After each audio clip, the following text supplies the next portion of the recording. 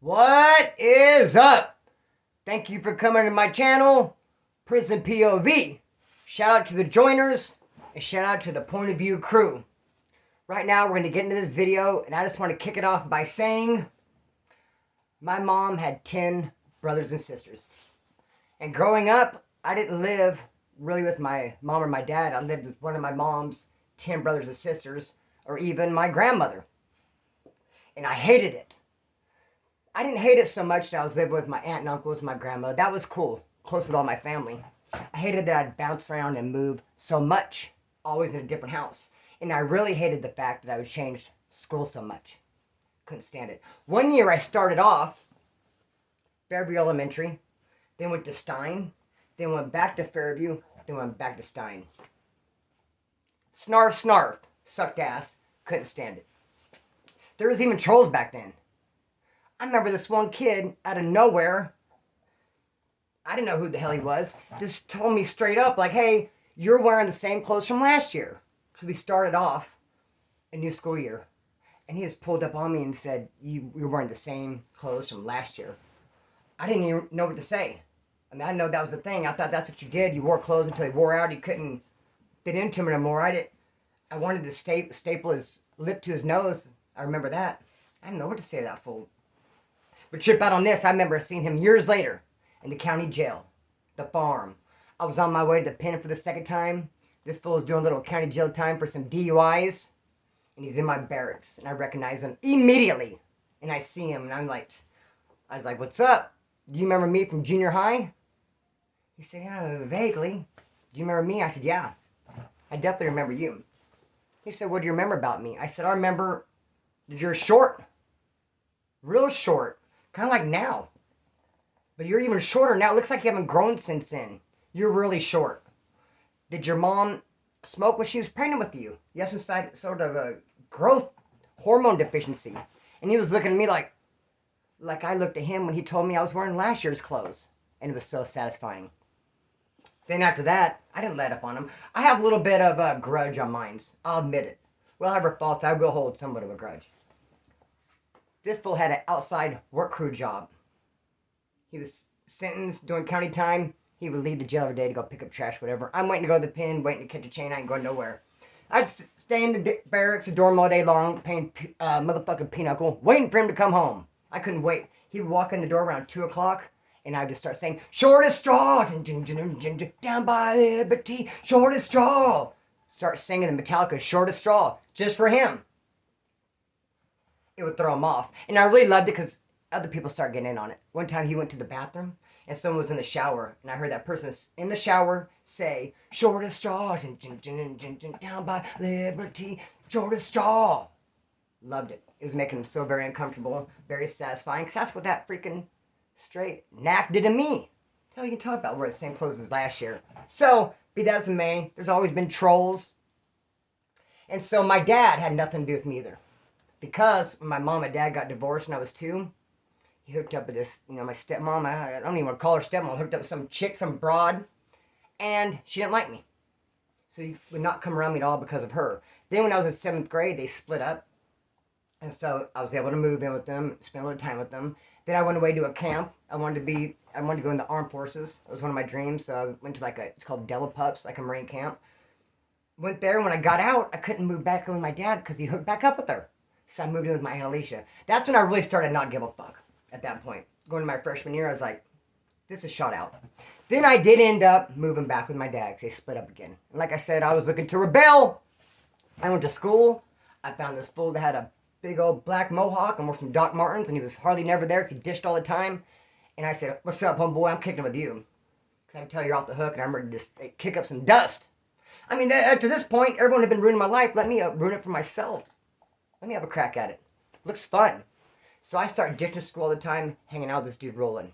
And no one really was keeping track of him. No one really knew. So I moved around so much. When I start wanting to just be a runaway, I guess can't be a runaway if no one's keeping tabs of you. But I was just out and about because, hey, one person thought I was here. They thought I was here. They thought I was here. If they even give a rip at all. I'm hanging out with Roland all the time. Then there's this fool I meet named Brain Damage. Fresh out of YA. Straight hardcore punk rocker. His pad became the new hangout for all the skinheads and the punk rockers. And then everyone turned on Roland. everyone was real mad at Roland. They wanted his ass, no one liked him. Over like it was somewhat of a simple reason that I didn't even understand at the time. I still don't kind of get it. One of my road dogs at the time, this punk rocker, this dude named Ronnie. He had a girlfriend named Camille. I always kicked back with Ronnie Camille, kicked it tough. Ronnie's house is also a place all the punk rockers and skinheads hung out because his mom didn't give a rip. You can come over and just smoke weed and drink. She didn't care. One of those type of parents. His pal was a hangout spot.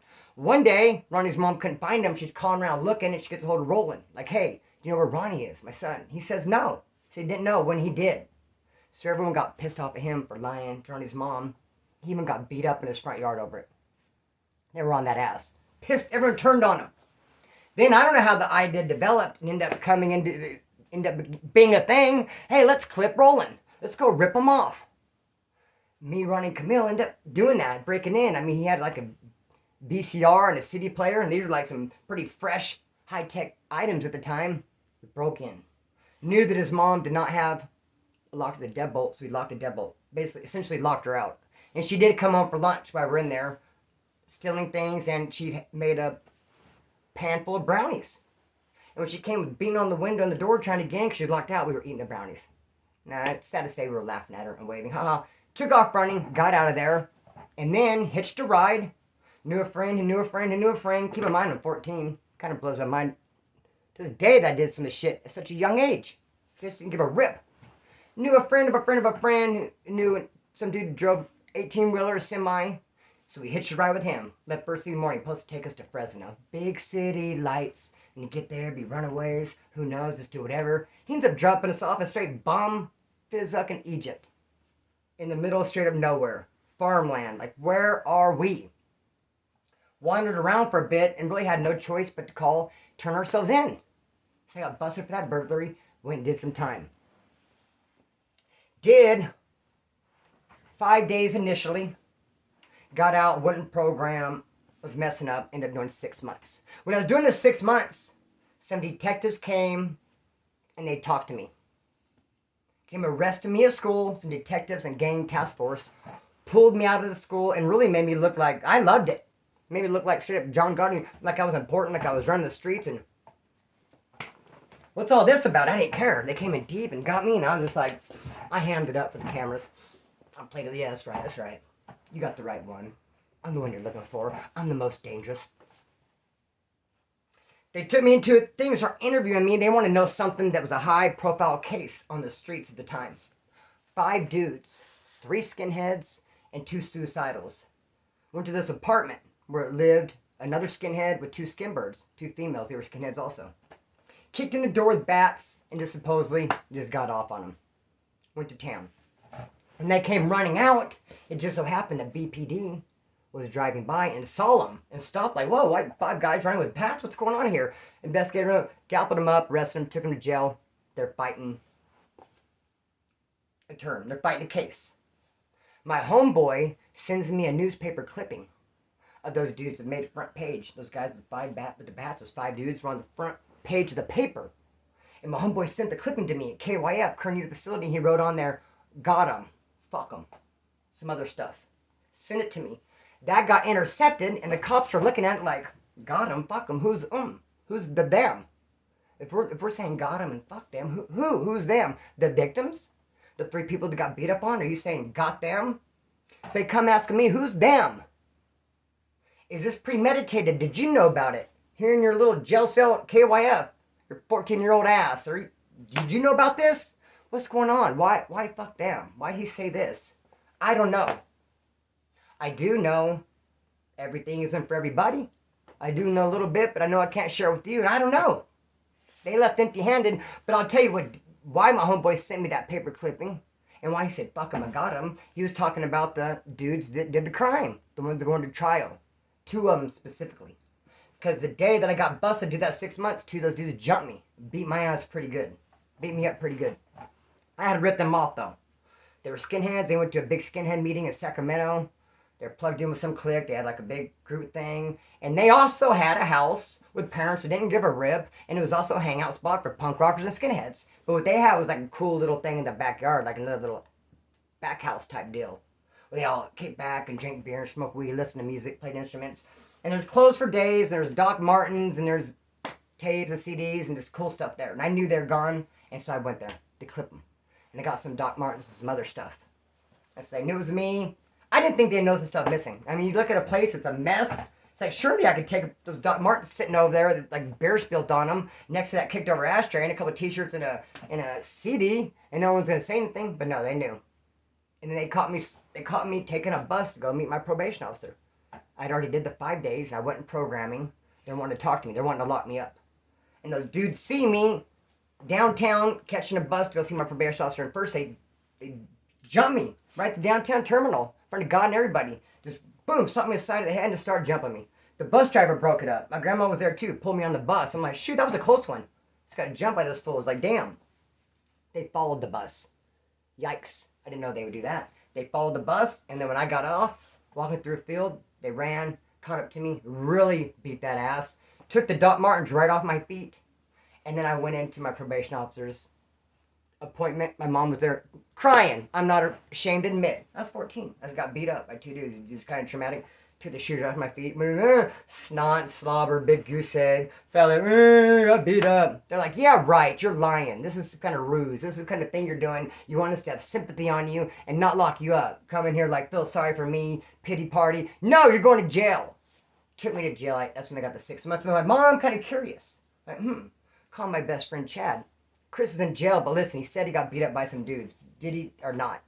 Chad's like, I don't know. I'll go try to find out. He went and picked up this crazy-ass fool named Dennis. Went and looked around. As it turns out, yeah, Adam and Eddie jumped me. Beat my ass. So Chad and Dennis got that ass, got the run back, and sent me the newspaper clipping. Fuck, got him. And here come the cops and arrested me at school. And I'm like, yeah, you got the right one. Be that as it may. So, I remember getting out from KYF. I remember it was a Thursday. I talked to my mom on a Tuesday. She said, don't tell them that you know you're getting out Thursday. I'm not supposed to tell you, but yeah, I'm coming to pick you up Thursday. You're getting out. I was like, cool. I was like, bring my 10 eyelet, my 10 hole black Doc Martens and my Earth AD misfit shirt and some tapered, some peg Levi's. My mom's like, no, you can't dress like that anymore. According to probation, you can't wear Doc Martens. You can't shave your head or have a mohawk. Can't have any kind of bands. Not even Dickies, a chain wallet, none of that. It's like, damn, what else is there? Am I going to wear like a cloth, a sack, a potato sack? My mom's like, no, I got you some clothes. I didn't think nothing of it. First off, I knew I was going to break the rules and go ahead and get my docs and all that when I got out. And whatever, she would bring whatever. I'm just getting out. I don't really care. My mom comes through and picks me up and gives me some tan Dockers, real tight. Had the nerve to bring a belt too. Like, what am I use for that belt? To hit somebody with and they start making fun of me how tight my pants are? Tan Dockers and a yellow Bart Simpson shirt. It said Cowabunga Dude. And remember, keep in mind, I'm hardcore. I'm all that in a big bucket of boats. I'm just getting out of jail. I mean, I just did like 6 months and I was there putting it down, representing. I was like, I knew it was up. Like, not all white boys in there knew what time was, but I did. A dude named Mikey from Lamont, a couple of us, were putting it down there. They came and arrested me in the school for crying out loud. And you want me to parole in I was like, damn, Bart Simpson shirt. And then she took me out and there took me to a welcome home party, barbecue, Chris's home, everyone was there. And I'm trying to walk up to the spot like, alcohol hard, yeah. Cops came arresting me in jail, like, they thought I was running the whole thing for my jail cell. And they're just like, with the Bart Simpson shirt on? It's really kind of hard to act tough and play it off. I wanted to just get out and just hard as nails, I'm that guy. But the shirt just wasn't, I even took it off, turned it inside out. But you just, I don't know, man. So, be that as it may though, so, I have another t-shirt story. It is compatible in context and time period. Let's get into this another t-shirt story. Because when I knew this dude named Ivan. He invited me to his birthday party. I was in high school. I told him, I keep looking at my reservoir. I told Ivan I cannot bring a present. Ivan, I can't. I'm in high school. I'm living with my aunts and uncles. Like, I'm not going to get anything for my old damn birthday. Much less I just not going to be able to bring nothing, bro. Let me give you the heads up. I want to come, but I can't bring anything. And Ivan was a good friend of mine. Don't worry about it, he says. Like, you don't have to bring anything. I'm okay. I still felt like a little uncomfortable and weird. I wanted to go to the party, though. He said, don't trip. So I showed up. Kind of felt weird, empty-handed. I see other kids getting dropped off. They got presents. I walked. I don't have no present, but I did walk into where the table where all the presents were and kind of made a show of like instead act like I set something down and then kind of whoa, where's the cake? Had some punch, hung out, everything was cool. We're hanging out for like an hour, great time. Everybody's enjoying the birthday party. Then Ivan's mom says, "Ivan, it's time to open your presents." So then I get like a sinking feeling in my gut, kind of feel kind of weird, like stand to the back, and I'm just, And then I'm hoping it just goes quick, and we're trying to head back to playing. But gets him, and he's like, "This is from Bobby." And Bobby waved. He's like, and Bobby gave a little. I noticed you liked mine when you saw it at school. He's like, "Yeah, Bobby, I did." He's like, "I got you armatures," and they have like a little bit of a back and forth. And he's opening it, and I was like, "Shit, thank you, Bobby." Everyone's Bobby, thank you, Bobby. Next one, oh, Billy got this. Thank you, Billy. Billy's like, "Yeah, I noticed, you didn't have one anymore." Like, yeah, Billy, some back and forth. And I'm just like, "Damn, dude, it's going around the table." One by one, opening present. All right, that one's from Ted. Cool, thank you, Ted. Now it's like, snarf, snarf. Finally, all the presents are open. Everything's good. No one's saying anything. I'm going to get up and walk away. But then this one dude, straight POS to the max, says he didn't bring anything. I couldn't believe it. I want to throw up. I looked at him, but then I looked at Ivan. Everyone looked at Ivan. And I was like, "It's all up to you, bro. Say something. I'm dying a slow death over here. Say that I gave it to you yesterday or last week. I'm going to give it to you tomorrow or later tonight. What are you going to say, Ivan?" We're all looking, but he says, "Oh, I told him he didn't have to bring one." And I just start shaking my head because I already knew whatever Ivan said I was going to agree with. And be like, "See, I told you." And he's like, "I told him he didn't have to bring one." I shook my head and I looked and I was thinking, what the fuck does that even mean? That's like the worst possible thing he could have said. I'm like, "Yeah, I didn't have to bring one." That's me. I'm that guy. I didn't have to bring one. Told you. So everyone's like, "Uh-huh." And, "Oh, okay." Went back. And now I'm just like, yikey shnikey. Why did I come to this party? Fuck this party. I'm out of here. I'm leaving. Left the party. Then years go by. I end up seeing that fool again like I know with small world. Bakersfield's actually not that small of a place, but small world. I had this good friend of mine, Mary. Homegirl Mary. Met her in a troubled youth place. Went to for like, they wanted to keep me longer in this troubled youth spot, but my insurance wouldn't really pay up. They send like a lot of things like, "We're really trying to tell your insurance, you need to stay at a little bit of place because you're like troubled youth." It was a cool little spot. Stayed there. Met Mary. We became close. Always kept in touch. She ended up with some boyfriend named Jason. Some dude. Knack. Didn't like him. Didn't even think nothing of him. But he really didn't like me. He had like a real problem. He was trying to read into relationships, make a big deal out of it. Mary wouldn't really tell me much what he was saying, but I knew he was just talking shit, being stupid. And then I heard that he was trying to get his brother to beat me up, and it's kind of like a weird little thing. And then I knew someone whose brother and got a squash, and this is stupid. Then he just flat out calls me out. Tells me, when I was at marriage, gets my phone, "I want to fight you. What's up? Let's fight." You always hear my old lady, like, "I don't like to be friends, let's just fight." I'm like, "Okay, whatever, dude. Let's fight then. Meet me at University Park." Okay, University Park. It's like a sump that goes down. It's on the east side. Hardly no one's ever there. You drive down University Street, and you can't even tell that when you sink in University Park, it's even there. Kind of. I guess you can, but not really. Hardly no one there. Picnic tables. Cool place to really fight, actually. So I take a dude with me, Justin. Me and Justin go.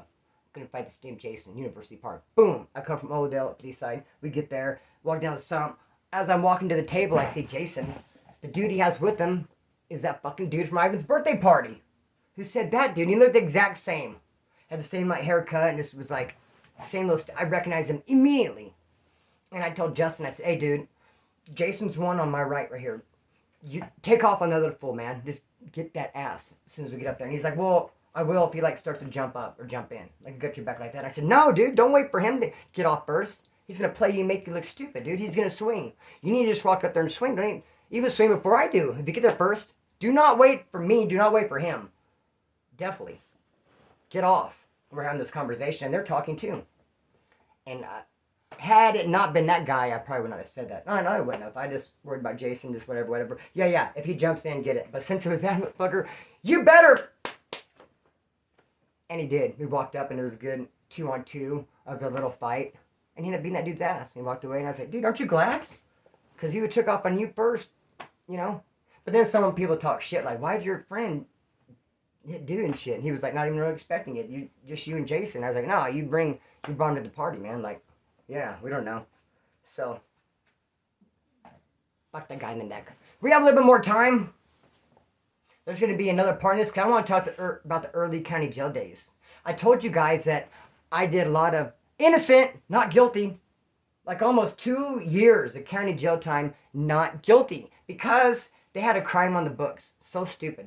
Not a crime, a law on the books. The law's still there, but how they enforce it, much different. Terrorist threats.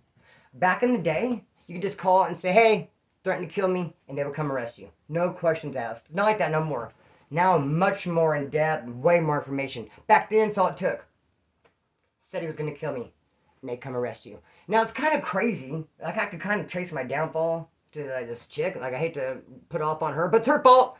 Because, I mean, it's kind of crazy. Like, you're a certain way, and then you get with someone, they don't mind how you are. But, like, 3 or 4 months down the road, they do mind now. All of a sudden, they want to change you. And, hey, what was cool when we first got together ain't cool no more. They try to change a mofo and just kind of like... So, yeah, that was our problem. You know, because I was on drugs when we first got together. And then, after 5 or 6 months, you just had a problem with drugs. It's like, well, then why'd you get with someone on drugs? You should have got someone sober instead of getting with someone on drugs and just trying to change them and make them sober. I can't get sober for you. I got to get sober for me only. That's how it works. So really butted heads. And whenever we get into a fight, she would threaten to kill me. One time I got a job. I was so hyped about this job. It was like treating telephone poles. I guess you dig down and like you do something to treat it. And it's like I got a job at the front. And since it was on that side of town, I was going to stay with my homeboy and stuff. And he did drugs. And she was tripping. Not wanting me to have that job. And I called her and told her to bring some work boots that she had. She was, all right, bring the work boots. Okay, I'm bringing the work boots for you. No, the cops came and arrested me because he said he's going to kill me. And the cop arrested me and said, dude, I feel bad arresting you. She must know someone, and she does, because her mom had the sheriff dude that was like in love with her. He was always trying to call and date her, always. And then my ex would just contact him directly. Hey, my boyfriend did this, and then pull some strings and boom. Terrorist threats. Dude, I was in and out of terrorist threats. And like, look, like sometimes when there's a serious fight and we really did have a problem, one time I lost my temper. I mean, you know, I got triggered. She came in my pants on this shit. I punched a driver's side window. Shattered everywhere. I really did say, I'm going to kill you. I tried to mumble that out. I didn't really put the threats out there. Didn't call, even though it really happened. Didn't, because she didn't feel like it. It's only when doing something she doesn't want. So, man, I was in and out of jail over terrorist threats. Crazy. And then that's how I caught my first term. In my first term, I really did commit terrorist threats. I'll get into that later, I guess, through the phone, talking some smack. And all the priors, what really messed me up. So, it's like I can't even go out and commit like a real terrorist threat now and do like one on the strength because I have so many on my record that I didn't even really do. I'm held accountable for. That's not right. And then that's a violent thing, too. So you can't get no halftime. And my county jail is real big on kicks. They used to have this thing called Fed Cap kicks. You can go in for like, do a year county for stealing a car. And then do like 90 days sometimes. 6 months, 65 days. Every day like 2 o'clock. Listen up. Fed Cap kick. It'd be like a 100-person list. They're just calling everybody. Roll it up. But not there if you're on a violent thing. And I'm just in the corner filling my store list out. Snarf. I'll be here tomorrow. Some violent ass, weak bullshit. Stupid. So yeah, I'm glad they changed that law. So, be that as it may. Got some other stuff to talk about, other stuff to deal with and go into. I really am going to hit it hard in June. I have to. Because, you know, I'm on a fundraiser. I'm going to Hoodstocks. May 22nd. But I'm going to need help getting there. I got to do a little bit of fundraiser. It is what it is, man. I mean, it's for the channel. I don't have deep pockets where I can just, like, afford to get a trip to go to East LA. Otherwise, I'll go there tomorrow and hang out. But, I'm going to go on Hoodstocks and do some fundraising. I do lots of videos, man. I want to talk about that family annihilator, dude. I want to talk about homeboys, rest in peace. We're just going to talk it up. Chop it up from the lip, not the hip. Not the most love and respect. Thank you for subscribing, commenting, give me the likes, for joining. Hit me up in my P.O. box. Grab yourself a magnet. I only got a couple shirts left, a couple stickers left, a couple magnets. If I told you got one coming, you do. Don't worry about that. But in addition to that, just a couple left. Get while the getting's good. Nothing the most love and respect. Cut the string, let it fly. Peace.